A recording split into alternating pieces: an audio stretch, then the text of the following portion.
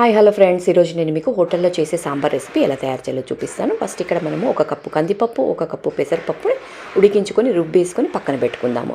Next ఇక్కడ మనము దీనికోసం ఒక మసాలా తయారు చేసుకుందాం. దానికోసం ఇక్కడ నేను చూపించిన మసాలాలని కొద్దిగా నూనె వేసి పొడి చేసుకొని నీళ్ళు వేసి పేస్ట్ చేసి పక్కన పెట్టుకుందాము. ఫస్ట్ ఇక్కడ మనము కుక్కర్ పెట్టుకొని అందులో కొద్దిగా ఆయిల్ వేసి దాంట్లో మసాలా దినుసులు అన్నీ వేసుకొని సన్నగా కట్ చేసుకున్న ఆనియన్స్, కరివేపాకు, టమాటో వేసి కొద్దిగా పసుపు, కారము, ధనియాల పొడి వేసి మంచిగా ఫ్రై అయిన తర్వాత మనం కట్ చేసుకున్న కూరగాయలు కూడా వేసేసుకొని ఉప్పు, చింతపండు రసము ఇది కూడా వేసేసి 1 నిమిషం అలా ఫ్రై చేసుకున్నాక మనం రెడీ చేసి పెట్టుకున్న పేస్ట్ ఉంటుంది కదా, అది కూడా వేసేసి కొద్దిగా నీళ్లు పోసి మనం రుబ్బి పెట్టుకున్న కందిపప్పు కూడా వేసేసి నీళ్లు వేసుకొని కొంచెం కొత్తిమీర వేసుకొని మూత పెట్టుకొని కొద్దిగా బెల్లం కూడా వేసుకోండి.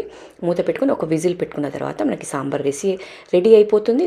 దీన్ని కొద్దిగా పోపు వేసుకుంటే మనకి హోటల్లో చేసే సాంబార్ రెడీ అయిపోతుంది. సో దీని కంప్లీట్ వీడియో చూడాలి అంటే నేను కింద మీకు లింక్ ఇస్తాను, కంప్లీట్ వీడియో